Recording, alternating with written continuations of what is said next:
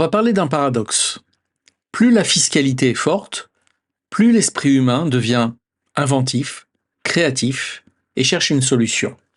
Et aujourd'hui, on va découvrir ensemble comment certains blanchissent leur oseille, malgré une pression fiscale toujours plus importante. Bonjour, j'espère que vous allez bien. J'ai une question pour vous. Est-ce que vous êtes déjà passé devant une boutique complètement vide et qui existe pourtant depuis des années? Est-ce que vous avez remarqué dans votre quartier, dans votre ville, dans votre rue, des emplacements, des commerces qui occupent des emplacements de premier choix, mais qui sont toujours vides? Ou d'autres qui vendent souvent avec des petits montants, plutôt en liquide, et qui proposent surtout des services ou des produits fractionnés. Et si en plus, il est difficile d'identifier le véritable bénéficiaire, parce qu'en France, il n'y a aucun obstacle législatif qui interdise à un étranger d'être gérant, ce qui est plutôt compréhensible, hein, sauf que, évidemment, certains en abusent, eh bien, il y a une forte probabilité que vous soyez devant une façade servant au blanchiment d'argent. Alors, comment les reconnaître? Quels sont les business les plus utilisés pour ça? Eh bien, tenez-vous bien, parce que la liste est plutôt surprenante. J'en ai listé ici qu'une douzaine, mais si vous avez d'autres exemples, indiquez-les en commentaire.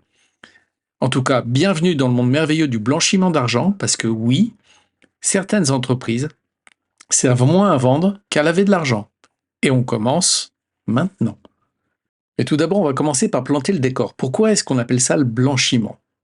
Alors, on raconte souvent que le terme blanchiment d'argent viendrait directement de l'époque d'Al Capone, dans les années 20 et 30, donc 1920-1930, ça a un siècle, hein, pendant la période de la prohibition aux États-Unis, où l'alcool était interdit.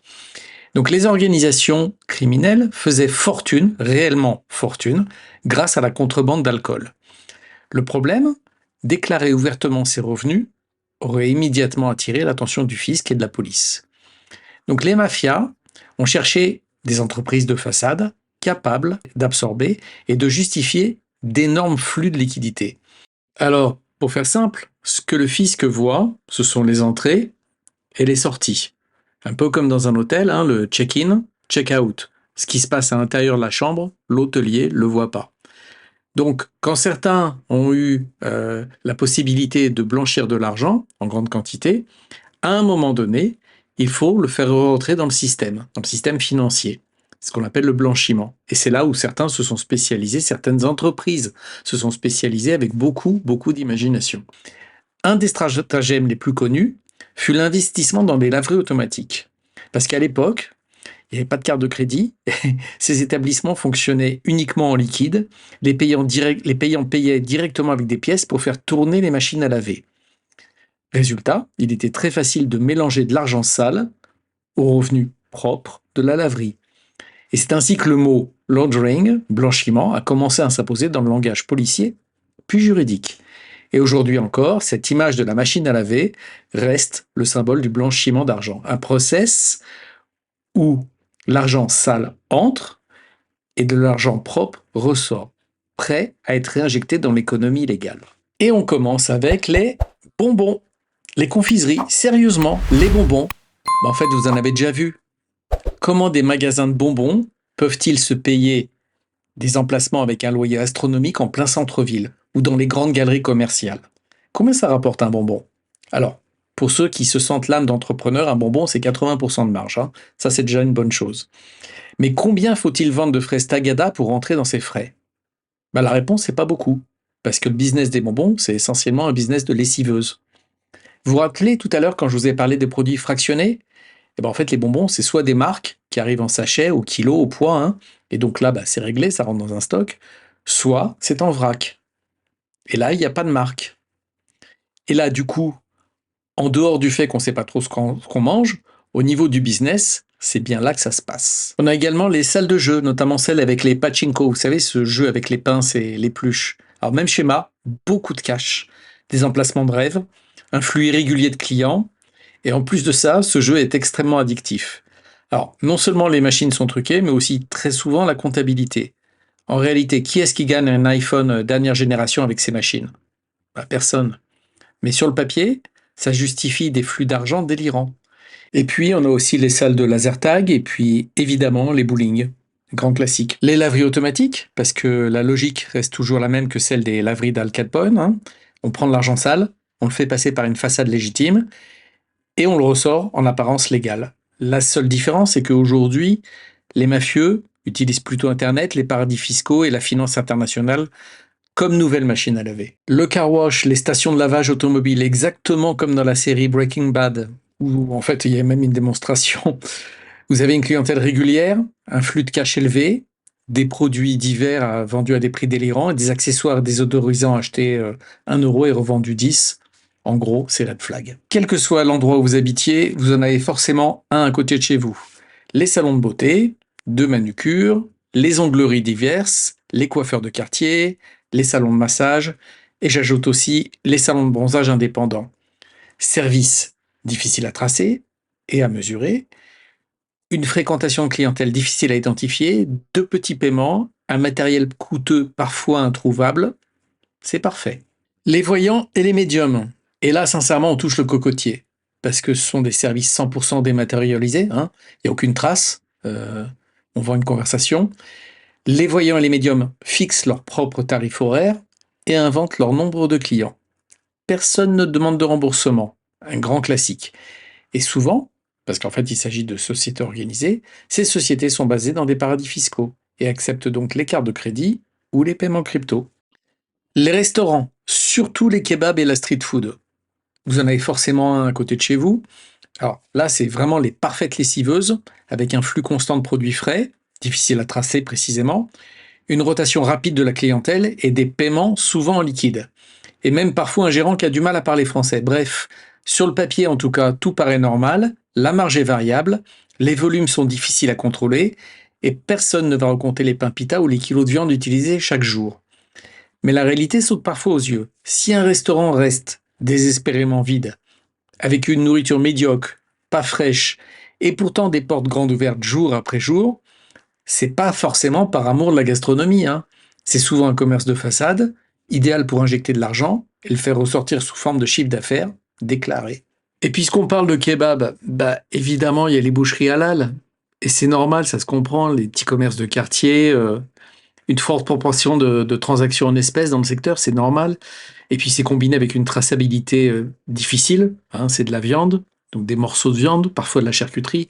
Donc bon, ça rend ces établissements, on va dire, un petit peu dans le collimateur. Mais ne me faites pas dire ce que je n'ai pas dit, parce que tout le monde va y avoir droit, vous inquiétez pas. Et puis des panneaux solaires aux éoliennes, la transition énergétique, elle est en marche, l'énergie verte. Mais qui tire les ficelles? Direction Tel Aviv.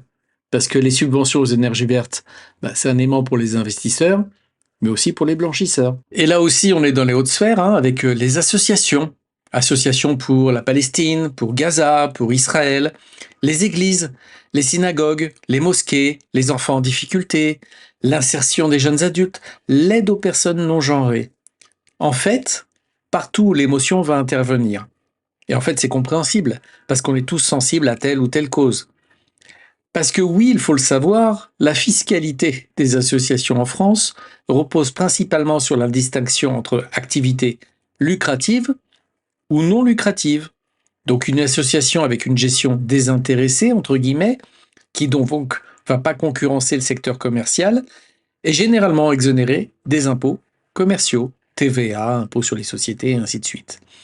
Et aussi, il faut le dire, la gestion comptable est plutôt, on va dire, légère. On estime aujourd'hui qu'1 sur 5 se livre à du blanchiment d'argent, et pour certaines, je vous assure que c'est un véritable cadeau de Dieu. Un autre commerce étonnant, les fleuristes, le commerce de fleurs, une façade idéale pour le blanchiment. Qui achète réellement des fleurs à 1h du matin? Ok, les amoureux. Mais qui achète des bouquets à des vendeurs stationnés au coin des rues? Les fleurs, en fait, sont une des failles exploitées pour le blanchiment d'argent. La boutique sert de couverture parfaite, avec des allées et venues nocturnes, qui paraissent légitimes, parce que, après tout, les fleuristes doivent s'approvisionner très tôt, avant le lever du jour, pour préparer les commandes. Et en fait, les fleurs représentent aussi plusieurs avantages. Elles sont périssables, il n'y a pas de numéro de série, et elles sont pratiquement impossibles à tracer. Alors, comment prouver qu'une rose qui est vendue 5 euros ou 8 euros n'a jamais existé?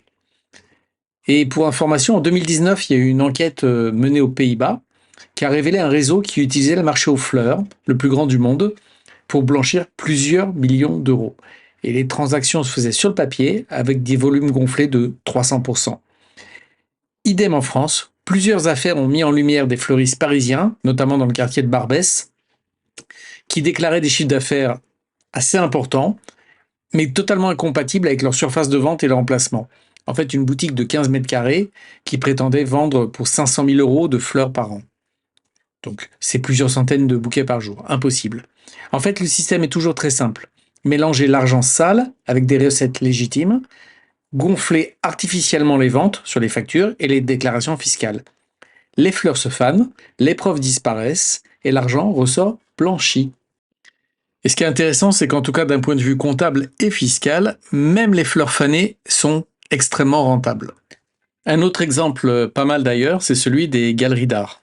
Donc on va prendre deux personnages, Jacques qui est l'acheteur et qui a un montant à blanchir, et Paul qui est propriétaire de galerie d'art, et son pote.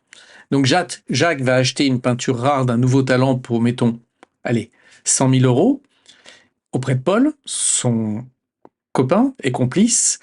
Le marchand, Paul, va facturer un prix artificiellement élevé et créer des documents qui vont obtenir en fait des documents falsifiés, des vrais faux qui attestent que l'œuvre provient d'une collection légitime.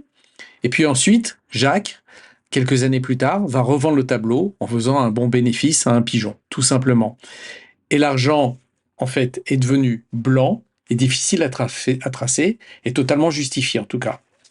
Et puis un autre exemple plus sympa, c'est toujours notre ami Jacques, en fait, qui cherche à réduire ses impôts.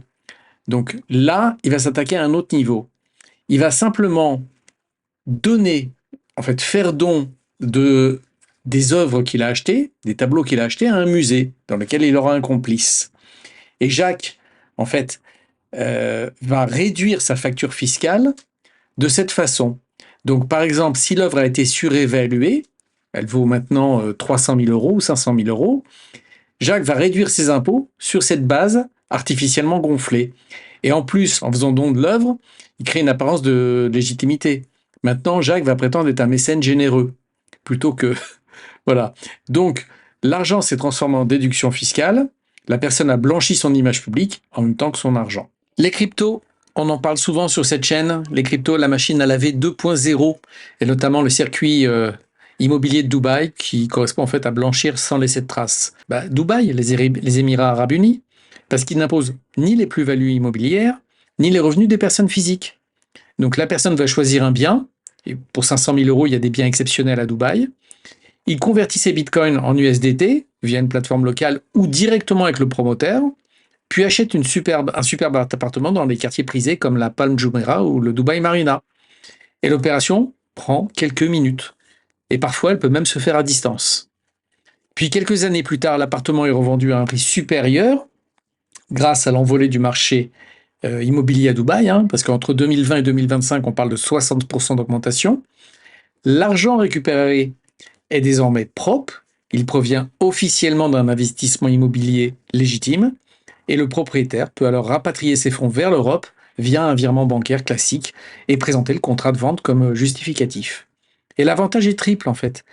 L'anonymat, si c'est bien géré, relatif des cryptos, la faible régulation aux Émirats et l'absence totale d'imposition sur les transactions immobilières. En fait, ça correspond à un triangle d'or, parfait pour le blanchiment du XXIe siècle. Alors, pour conclure, la mécanique générale, qu'est-ce qui fait qu'un flux d'argent devienne propre? En fait, il y a 3 étapes. Le placement, l'empilage, la structuration et l'intégration. Le placement, l'argent liquide illégal va être injecté dans le système financier via un commerce, un compte, un jeu, bref, un point d'entrée. La deuxième étape, l'empilage et la structuration. Le montant est fragmenté, déplacé, découpé et mélangé pour rendre son origine difficile à tracer. Pensez simplement à un puzzle dont on mélange les pièces. Et la troisième étape, l'intégration. L'argent ressort comme un revenu légitime, par exemple avec un investissement immobilier, l'achat d'une œuvre d'art, un don à une fondation ou à une association, le paiement d'un service extrêmement coûteux, par exemple avec un avocat fiscaliste extrêmement renommé, et réintègre l'économie officielle. Alors, qu'est-ce qu'on fait de tout ça? On observe. La prochaine fois que vous allez passer devant un restaurant vide, systématiquement, un fleuriste insomniaque ou une galerie d'art douteuse, Posez-vous bien la question. Est-ce que je regarde vraiment une boutique, un commerce ou une entreprise, ou une machine à laver du cash? Et souvenez-vous, parfois, le meilleur des business plans, c'est le plus rentable en fait, c'est celui qu'on n'explique jamais à ses clients. Je vous remercie de m'avoir écouté, je vous dis à très bientôt et que Dieu vous bénisse.